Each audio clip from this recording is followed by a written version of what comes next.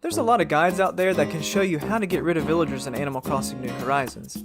However, there have been some questions from the community, and I thought it would be a good idea to clear things up. Hey guys, what's up? It's Phil, back with another Animal Crossing New Horizons episode.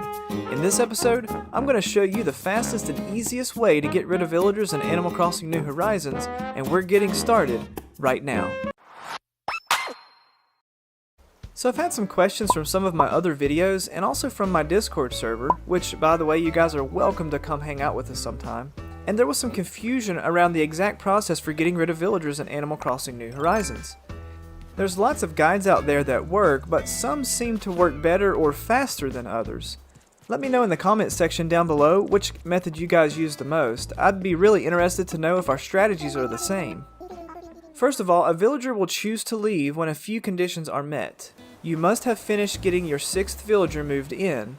So if you're fairly new to the game, then your villagers will start having the move out conversation sometime after the 6th villager. You must have spoken to a villager you wish to move out at least one time. I think that one's pretty easy to avoid. It must be 15 days or more since the last villager moved out, because the game has a 15-day cooldown timer set when a villager officially moves out. So around the 16th day is when the little thought bubble mechanic of the game starts to work again. It must also be 5 days from the last time that you've told a villager not to leave. So if you saw the little thought bubble and you told them to not leave, and what I mean by that is you told them to stay, you've completed that conversation, then the game sets a 5-day cooldown timer at that time. So after hearing those 4 conditions right there, you now know why most guides out there tell you to skip at least 15 days in the future to start off with, and that's really to avoid the cooldown timers that might be hanging around. Okay, so here's some reasons why a villager would not ask to leave, and these are super important to know because a lot of times players will use these time travel methods and will still not get a thought bubble to show up, and it's usually because of one of these reasons. So reason number 1 is they are the most recent villager to move in. So in a nutshell, this means that if they were the last to move in, then you can't move them out until someone else is gone. Reason 2 is they were the last villager to ask to leave and you told them to stay. Not only does this set the 5-day cooldown timer that I mentioned just a second ago, but it can also exclude them from the thought bubble showing up for them a little while longer. Reason number 3 is if the villager's birthday is within 7 days. And just to clarify there, it can be before or after the actual birthday. And I've seen this numerous times throughout the community and on my Discord server where people were having such a hard time getting the thought bubble to show up, and it ended up being that the villager's birthday was really close by. And lastly, reason number 4, their house is being moved. So if you're doing some sort of infrastructure changes and you ask to move the house, then that villager will not have a thought bubble showing up. Let me know in the comments below if you've ever ran into one of these reasons before. I'd really like to see which one is the most popular reason as to why you couldn't get a thought bubble to show up. Alright, now, right before we get into the actual process of kicking the villagers out, I've got one more piece of super important information that you've got to know. Because what I'm about to tell you could be another reason why you can't get a thought bubble to show up on a particular villager. And all this data and the processes that we're about to cover all comes from the Animal Crossing New Horizons data mining community, from my own research, from the official companion guidebook, and just practicing back and forth, so we can all trust that this is pretty legit. Friendship levels definitely matter with the thought bubble process, and I know originally we were kind of up in the air about whether or not that mattered, but it does. Every time that you load the game, it looks at the conditions that we just talked about to determine if the thought bubble would show up on any of your villagers, and then after that it looks to see which villager has the lowest friendship level with you, but also with other villagers. So if you're targeting a certain villager, then it would be best for you to max out your friendship with everyone else, and then try to reduce the friendship level with the one that you want to leave. According to the Animal Crossing New Horizons official companion guide, you should first start to increase your friendship levels by talking to each villager once per day. For every uninterrupted day that you talk to them, the friendship level increases exponentially. Once your friendship level is high enough, you'll be able to send them letters, give them gifts in person or by mail, and this will increase the friendship level even more.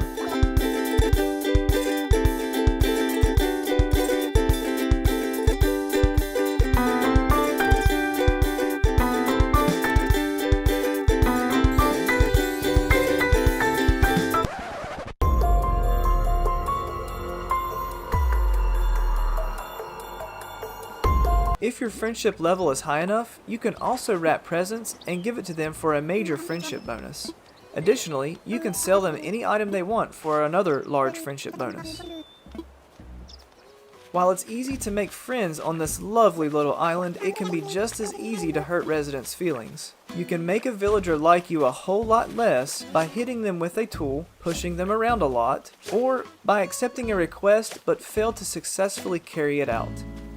You can also gift them garbage items such as tires, weeds, or rotten turnips. So if you're running into a situation where you're targeting a certain villager, which I believe all of us are, then you'll want to take the friendship levels into consideration as you try to get rid of your most unwanted villager. Now, do keep in mind that there is another method for replacing villagers, and that is by using the campsite method.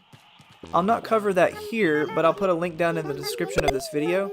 But the basic process is once you get a campsite villager, you can keep resetting the game until the campsite villager chooses the current resident that you want to leave.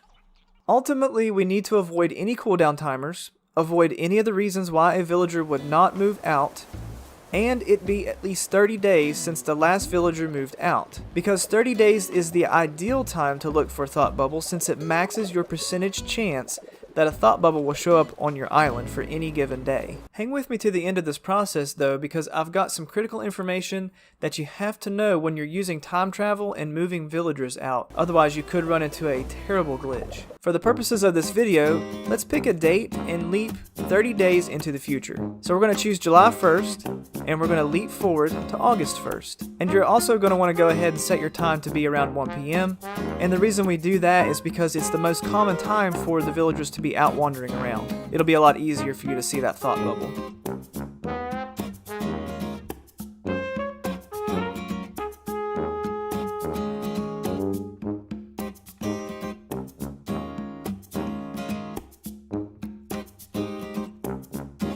Then we're going to load the game, we're going to save and exit.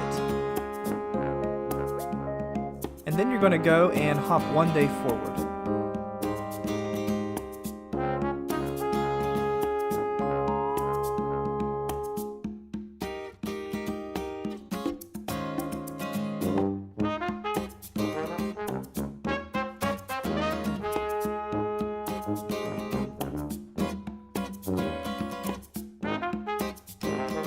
Now you're going to load the game and you're going to look for the little thought bubble over the villager's head. So if you ran around for about a minute or two and you didn't find a thought bubble, then you're going to save and exit your game and hop 1 day forward. If you loaded the game and the thought bubble was on the wrong villager, then you're going to save and exit your game and hop 1 day forward. And if you loaded the game and you found that thought bubble, then you talked to the villager and you got a gift or a reaction or something else that you weren't expecting, then you can actually go ahead and receive that reaction, that gift from the villager. Just make sure that you save and exit so that you retain whatever it was that they gave you, and then hop 1 day forward.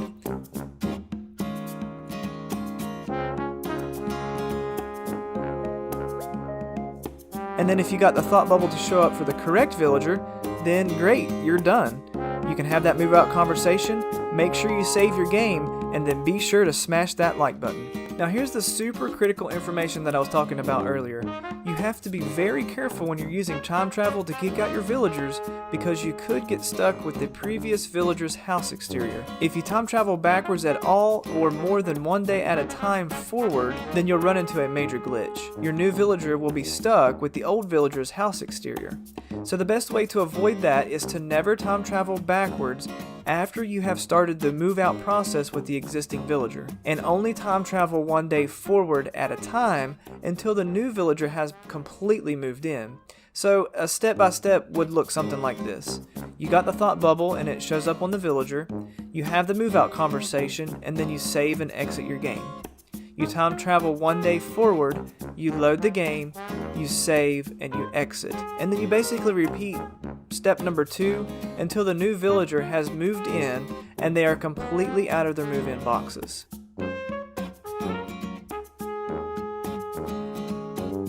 Hey, check out one of my other Animal Crossing how-to videos. For example, I've got a whole playlist dedicated to getting rid of villagers. And if you're new here, don't forget to subscribe.